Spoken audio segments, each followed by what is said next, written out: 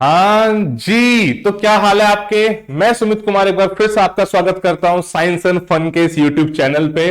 भाई साहब, एनडीए की नोटिफिकेशन आउट हो गई, बहुत इंतजार कराया लेकिन बहुत कुछ कॉम्प्लिकेट भी कर दिया यूपीएससी ने, शायद इसीलिए इंतजार करा रही थी। तो भाई फॉर्म भरने का पूरा तरीका ही बदल दिया, बहुत लेंथी और कॉम्प्लिकेटेड हो गया। तो आज हम इस वीडियो में पूरा डिस्कस करेंगे कि एनडीए का फॉर्म भरना कैसे, स्टेप बाय स्टेप। मैंने खुद पूरा फॉर्म भरा है तो हर एक स्टेप को रिकॉर्ड करा ताकि आपको किसी टाइप की कोई दिक्कत ना हो। और इतना ही नहीं, इस नोटिफिकेशन में क्या डिटेल्स है वो भी डिस्कस करेंगे, प्लस इसके अलावा बहुत ही बेहतरीन आपके लिए एक जबरदस्त सरप्राइज है, वो भी मैं बताने वाला हूं। तो भाई this is the official notification जो हमने डाउनलोड करी है यूपीएससी के ऑफिशियल वेबसाइट से। यह कल नोटिफिकेशन निकली थी, इसकी लास्ट डेट है 31 दिसंबर। इस डेट से पहले पहले आपको फॉर्म भरना है। इनफैक्ट आपको इतना लेट ही नहीं करना है, उससे पहले ही फॉर्म भर देना है। इस वीडियो को देखोगे तो फॉर्म कंप्लीट भर ही दोगे। जब भी आप यूपीएससी का फॉर्म भरते हो तो आपको एक वन टाइम रजिस्ट्रेशन करना होता है जिसको बोलते हैं ओटीआर। वो एक ही बार आप करते हो, उसमें यूपीएससी कुछ अपडेट कराना है तो कराएगी, वो बार बार नहीं होता। उसमें चेंजेस भी सिर्फ एक ही बार हो सकते हैं और फिर आप जिंदगी भर यूपीएससी कोई भी फॉर्म भरते रहोगे, इसी प्रोफाइल के थ्रू भरोगे। तो इसको भी कैसे करना है मैंने इसको भी स्टेप बाय स्टेप बताया है, उसकी टेंशन मत लेना, ठीक है। इसके अलावा नोटिफिकेशन में जो हमें चीजें देखनी होती है, द मेन थिंग इज कि वैकेंसी। तो वैकेंसी इस बार अच्छी खासी वैकेंसी है, 406 वैकेंसी है, जिसमें से 27 गर्ल्स के लिए है और 379 बॉयज के लिए। उसको डिवाइड कर दिया गया है आर्मी, नेवी, एयरफोर्स में। कुल मिला के अच्छी अपॉर्चुनिटी है। एक वैकेंसी बढ़ती है तो भी कट ऑफ पे काफी फर्क पड़ता है, इस बार तो अप्रोक्सीमेटली 10 बढ़ी है, तो ओवरऑल इट इज गुड। अगर हम बात कर लेते हैं एलिजिबिलिटी क्राइटेरिया की, उसमें भी सबसे पहले तो नेशनलिटी, भाई इंडियन ही होगी मेरी सारी ऑडियंस। एज लिमिट की बात कर लेते हैं। बहुत सारे बच्चे बोल रहे हैं सर मेरी डेट ऑफ बर्थ ये है, क्या मैं एलिजिबल हूं? तो भाई साहब, अगर आपकी डेट ऑफ बर्थ 2 जुलाई 2006 से लेके 1 जुलाई 2009 के बीच में या फिर इन डेट्स पे पैदा आप हुए हो तो आप इस फॉर्म को भरने के लिए एलिजिबल हो, अदरवाइज आप नहीं हो। आप एजुकेशन क्वालिफिकेशन की बात कर लो तो एजुकेशन क्वालिफिकेशन में अगर आप आर्मी विंग में जाना चाहते हो तो कोई भी स्ट्रीम हो, आर्ट्स से हो, कॉमर्स से हो, मेडिकल, नॉन मेडिकल, सब चलेगा। लेकिन वहीं पे आप एयरफोर्स से नेवी में जाना चाहते हो, ओनली नॉन मेडिकल स्ट्रीम वाला बच्चा ही जा पाएगा। मुझे कमेंट सेक्शन में बता देना कि कौन सी स्ट्रीम है आपकी।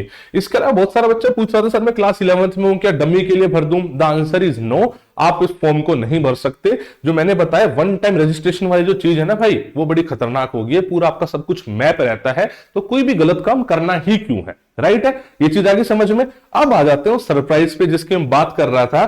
तो भाई साहब, आप सबको पता है कि एसएनएफ एंड एलडब्ल्यूएस ने कोलैबोरेट करा सो दैट हम ज्यादा से ज्यादा बच्चों को गाइड कर सके जो भी डिफेंस में जाना चाहते हैं।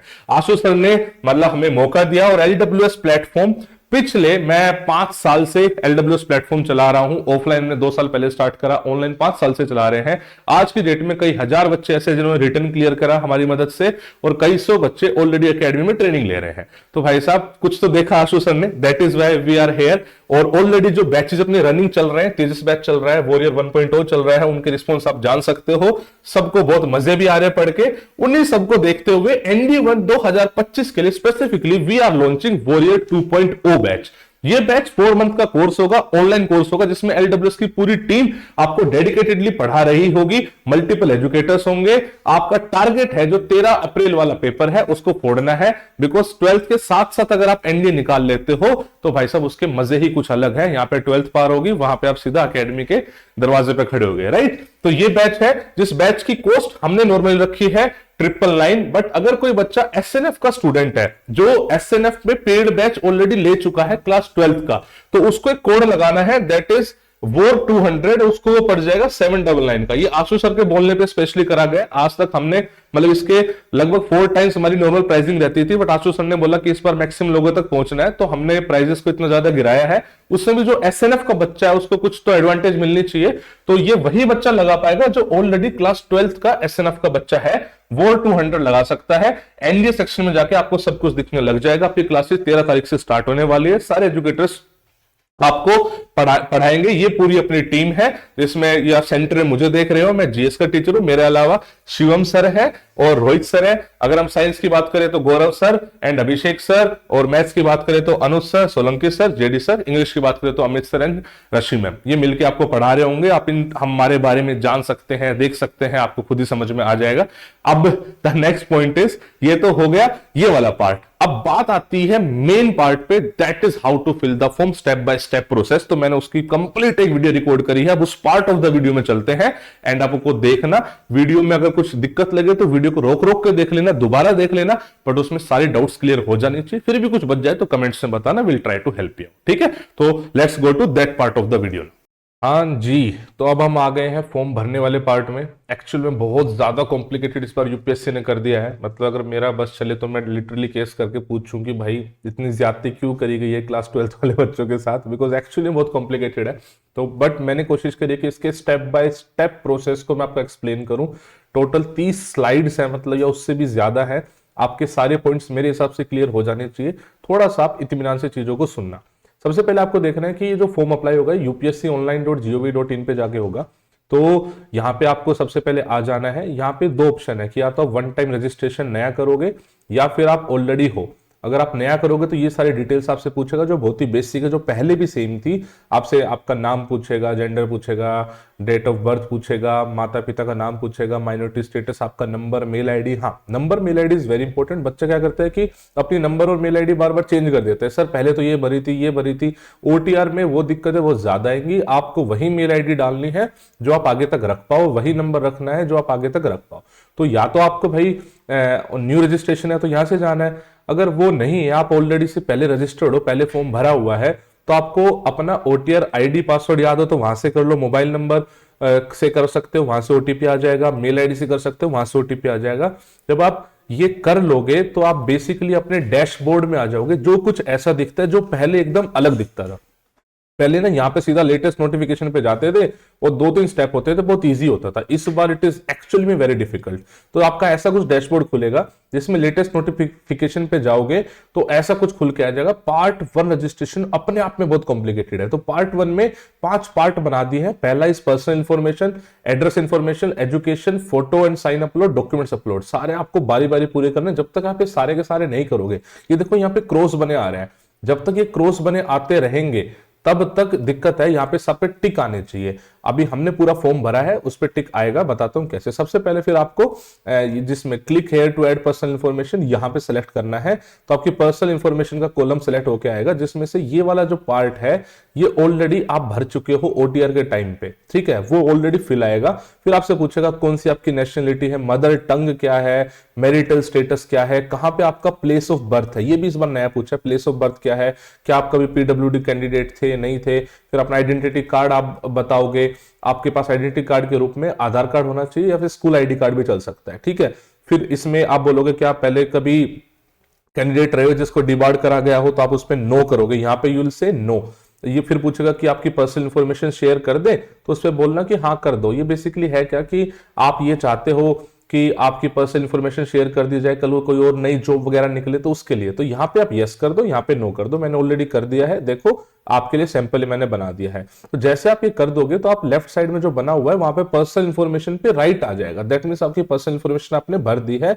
अब ये चीजें बची हुई है, इसमें भी आपको एक्चुअली यहां तक भरना है। पेरेंटल वाला आपको नहीं भरना है, वो यूपीएससी का जो डेफ है उसके लिए पूछता है। तो अभी next step is address information. तो आप जैसे एड्रेस इंफॉर्मेशन में क्लिक करोगे तो पूरा भरकर आएगा। आपका कोरोस्पोंडिंग एड्रेस और परमानेंट एड्रेस दोनों का अलग अलग भरना पड़ेगा। अगर आपके दोनों अलग अलग है, सेम है, तो फिर सेम पे क्लिक हो जाएगा। आप अपना house number, post office, state, ये सब भरोगे। जो जो कंपल्सरी है वो भरना पड़ेगा। फोन नंबर कोई लैंडलाइन है तो भर देना, वरना फैक्स कोई है तो भर देना, वरना तो नॉर्मल स्टेट, पिन कोड, ये सब आप भरोगे। इसमें कोई गलती ना करो, बिकॉज कल को हो सकता है कुछ फिजिकल कॉपी भी यहाँ पर है। वैसे तो नॉर्मली सब कुछ मेल पे डालने लग गई है यूपीएससी, बट फिर भी इन केस। ठीक है, फिर आप आगे चलोगे। अपना बेसिकली दोनों आपने एड्रेस वेड्रेस सब भर दिए, अच्छे तरीके से भर दिए। उस जैसे आप उस पर सेव बटन पे क्लिक करोगे तो ऐसा आ जाएगा। तो आप एडिट भी कर सकते हो, जब तक फाइनल सबमिशन ना कर दो तो ऐसा आपका भर दिया जाएगा। उससे फिर जब नेक्स्ट स्टेप पे चलोगे तो यहाँ पे फोटो एंड साइन अपलोड। तो भाई आपको फोटो एंड अपनी साइन, जैसे यहाँ पे अलग अलग बने हुए हैं, यहाँ पे this is photograph, this is signature, दोनों आपको अपलोड करने हैं। दोनों के स्पेसिफिकेशन है, दिस इज द पिक्सल की स्पेसिफिकेशन। और जो फोटोग्राफ है जैसे पिछली बार थी वही है कि आपको जो फोटो खिंचवानी है उसके नीचे आपका नाम और बेसिकली जिस डेट को फोटो खिंचवाई गई है वो डेट आपको लिख के फिर ही अपलोड करनी है। कोई भी इसमें गलती ना करे। आपको ये ध्यान रखना कि 3/4 में आपकी फोटोग्राफ होनी चाहिए। जो नीचे वाला थोड़ा सा बच गया है उसमें आपकी नाम होना चाहिए और डेट होनी चाहिए जिस डेट पे फोटो ली गई है, और वो जो डेट है वो 10 दिन पुरानी ना हो। तो आप इस चीज का ध्यान रखो प्लीज, 10 दिन पुरानी फोटो ना हो। और ऐसे पिक्सल में सेट करके यहाँ पे बेसिकली आपको अपनी फोटो एंड सिग्नेचर अपलोड कर देना है, जिसको हम आगे भी देखेंगे। जब फोटो सिग्नेचर अपलोड कर दोगे नेक्स्ट आएगा एजुकेशन इन्फॉर्मेशन। यहाँ भी अभी जैसे 10th है, जैसे 10th भर लोगे तो यहीं पे 12th बनी आ जाएगी, वो भी आपको भरनी है। तो 10th में आपने जो पास करी है, क्लास डिवीजन ग्रेड अगर अप्लीकेबल नहीं है तो एनए कर देना, not applicable. Percentage of marks अपने निकाल के, सीजीपी अपने निकाल के यहाँ पे आपको डालने हैं। कौन सी ईयर में आपने पास करी, कौन कौन से सब्जेक्ट थे, कौन सा कॉलेज या स्कूल था और कौन सा बोर्ड था, ये सब आपको यहाँ पे लिखना ही पड़ेगा। जब 10th आप कर दो, जैसे मैंने यहाँ पे देख लो पूरी लिख दी है, ये मैंने आपके लिए पूरा सैंपल दिखाया इसलिए कि ये मैंने सब्जेक्ट लिखे हैं, ये स्कूल लिखा है, बोर्ड लिखा है, और फिर मैंने इसको सेव कर दिया। ठीक है, सेव करने के बाद नेक्स्ट आता है कि आपको अपने डॉक्यूमेंट्स अपलोड करने हैं, जिसमें से 3 इज कंपलसरी, जिसमें पहली इज 10th का सर्टिफिकेट, सेकंड इज 12th का certificate, third is Aadhaar card. अगर आपने 12th अपीयरिंग वहां पे डाला होगा तो वहां पे आपका ये कंपल्शन नहीं मांगेगा। अगर आपने 12th पास डाला है तो कंपल्शन आपका मांगेगा। ठीक है जी। उसके बाद अच्छा, पेरेंटल इन्फॉर्मेशन ने डाल दिया था, पेरेंटल एम्प्लॉयमेंट इन्फॉर्मेशन आपके लिए है नहीं।